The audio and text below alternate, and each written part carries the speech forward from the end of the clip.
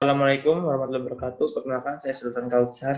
Kali ini saya akan membahas sedikit proyek atau masalah tentang Mekarta dan memberikan tanggapan yang menurut saya.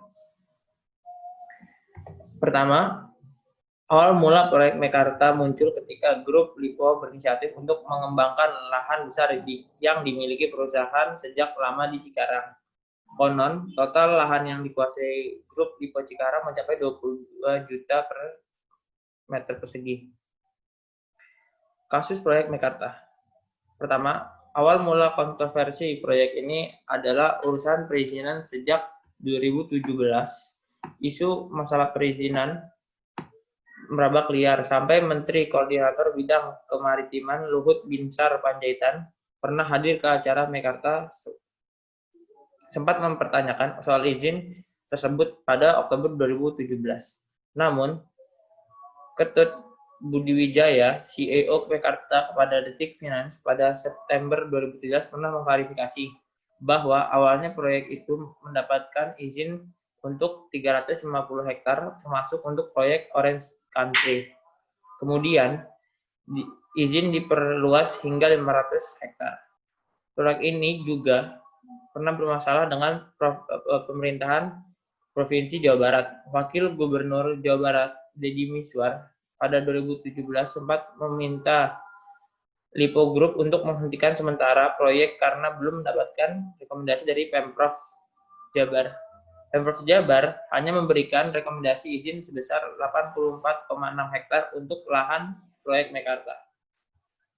Selanjutnya adalah proyek Mekarta juga sempat diterpa isu tidak sedap. Pada Mei 2018, Lipo digugat oleh dua vendor terkait tagihan di Pengadilan Niaga Jakarta Pusat. Gugatan itu dilayangkan ke PT Mahkota Sentosa Utama atau MSU, anak usaha Lipo Group selaku pengembang Mekarta.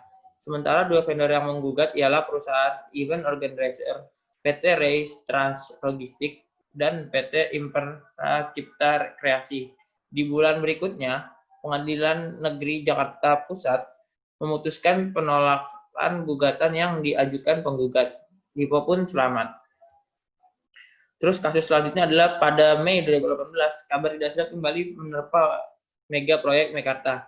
Beredar kabar kontraktor proyek PT Total Bangun Persada Tbk meminta pada subkontraktor menghentikan sementara pekerjaan proyek. Kemudian selanjutnya ada juga kasus yang terakhir yang baru ini sejumlah orang tersandung pada kasus suap perizinan Mekarta. KPK menetapkan 9 yang tersangkut dalam kasus tersebut. Bupati Bekasi, Neneng Hasanah Yasin, dan kawan-kawan diduga menerima suap sebesar 7 miliar. Komitmen fee yang dijanjikan Bos Lipo DKK dan kawan-kawan tersebut sebesar 13 miliar dari proyek tersebut. Oke, pada kali ini saya menanggapi kenapa sih banyaknya kasus yang diterpa oleh Mekarta. Pertama, mungkin karena Mekarta memiliki proyek yang sangat besar di bidang pembangunan dan lahan yang sangat luas juga. Jadi dan perizinannya pun semakin luas dan semakin besar proyek, sehingga perizinannya pun semakin sulit. Nah, pada saat perizinan sulit ini, biasanya kontraktor di Indonesia atau perusahaan-perusahaan Indonesia itu memilih untuk jalan lebih cepat, yaitu dengan cara suap. Sehingga pada saat melakukan suap atau menerima atau mengasih suap itu sudah termasuk yang sudah tidak baik. Karena kenapa? Di Indonesia itu sangat banyak sekali terjadi suap menyuap.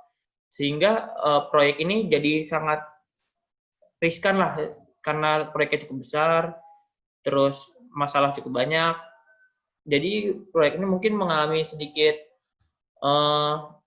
kendala. Jadi kesimpulannya adalah pembangunan Mekarta memiliki masalah perizinan.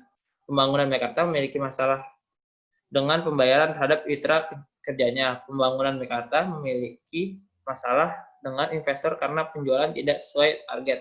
Nah, jadi efek dari banyaknya masalah ini, penjualan Mekarta pun menjadi tidak sesuai dengan target. Karena kenapa? Orang berpikir bahwa Mekarta sebuah proyek yang gagal atau yang tidak sesuai dengan target. Jadi mungkin penjualannya tidak sesuai, tapi mungkin pada waktu kedepannya dengan manajemen yang cukup baik, Mekarta bisa kembali berjalan dengan baik.